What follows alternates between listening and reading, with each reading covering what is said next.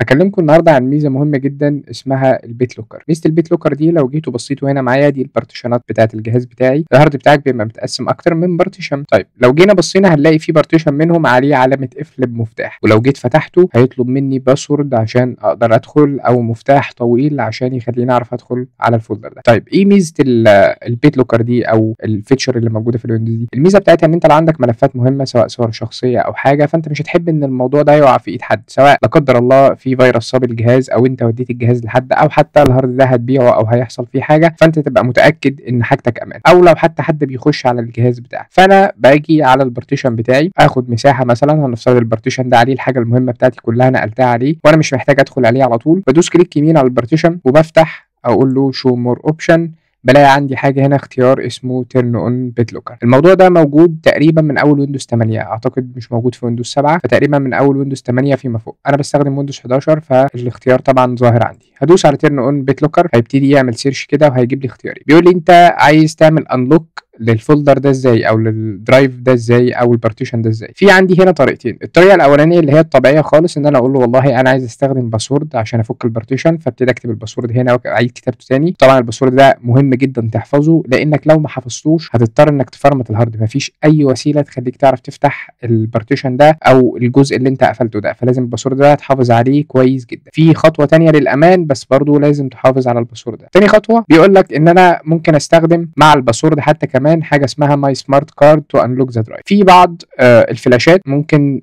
تعملها بشكل ما، ان لما تتحط في الجهاز، او لما هو يجي يطلب منك تفتح البارتيشن، تحط الفلاشه دي فيبتدي يفتحها لك بدل الباسورد. فخلينا ان احنا هنقول ان احنا هنستخدم مثلا الباسورد، هنكتب 1 2 3 اي باسورد دلوقتي عشان اوريكم الخطوات، وهدوس نيكست.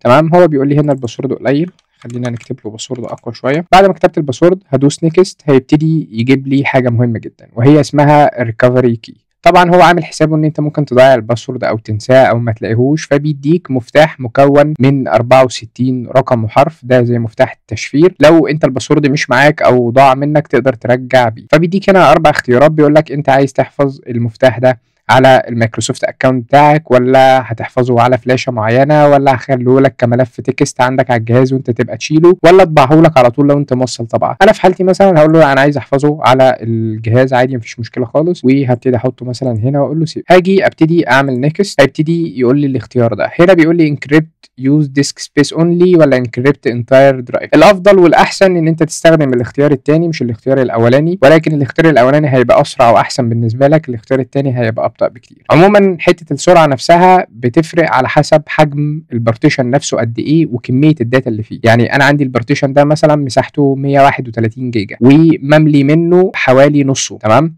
او اقل من نصه بحاجه بسيطه. فكل ما الداتا هنا بتكتر، او كل ما الملفات هنا بتبقى اكتر وتبقى ملفات كتير وصغيره، كل ما الموضوع بياخد وقت اطول، ممكن يقعد بالساعات. فانت لو عندك حاجه زي صور او حاجات مهمه هتحطها بس في البارتيشن، وتتاكد ان ميبقاش فيه مساحه كبيره عشان ما ياخدش معاك وقت اطول. طبعا انا لو دوست نيكس دلوقتي هيبتدي يشفر في الهارد ويقفله، انا مش عايز اقفل ده فمش همشي في الخطوه دي. انت هتدوس نيكست ومبروك عليك، بعد ما الجهاز يرستر هتلاقي البارتيشن على طول مقفول معاك. عشان تيجي تفتحه، خلينا نقفل دي، عشان تيجي تفتحه هتدوس دبل كليك، هيطلب منك هنا الباسورد. لو انت لا قدر الله نسيت الباسورد، فبتيجي هنا على مور اوبشن وبتقول له انتر ريكفري كي، بيبتدي يقول لك حط لي الكي اللي انا اديته لك. تعالوا نشوفه مع بعض، احنا حفظناه هنا في الفولدر ده. فخلينا ندخل اهو البيت لوكر، هلاقي هنا اهو مفتاح التشفير، هبتدي انسخ الرقم ده كامل، اخده كوبي وارجع على الفولدر بتاعي، افتح من هنا واختار انتر ريكفري كي، وابتدي احط الريكفري كي وادوس له انلوك. طبعا ده مش هيشتغل لان ده مش الريكفري كي بتاع البارتيشن ده. اتمنى المعلومه دي تكون مفيده ومهمه، يا ريت تستخدموها. حط حاجتك المهمه واقفلها، عشان حتى لو الجهاز صابه فيروس الموضوع ده صعب يتفك وصعب حد يدخل عليه، محدش يعرف يدخل عليه الا تقريبا لو فرمت الهارد عشان ده يتفك، ولما بيفرمت الداتا كلها بتطير وبيبقى صعب انها ترجع تاني، لان الفولدر ده مش بيتقفل بس كمان بيبقى مشفر. اتمنى الفيديو يكون عجبكم واستفدتوا منه، اشوفكم في فيديو جديد، سلام.